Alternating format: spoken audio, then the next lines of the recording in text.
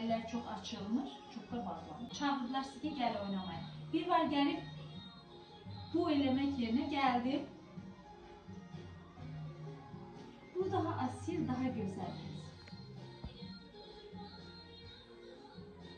Onlarım yoruldu. Bir var beri elemek yerine hem hareketi aslında elimi dinlendirirəm, qollarımı dinlendirirəm. Eyni zamanda da rəqs edirəm. Açıram, bağlayıram. Açıram mənim eyni anda. 1, 2, 3, 4.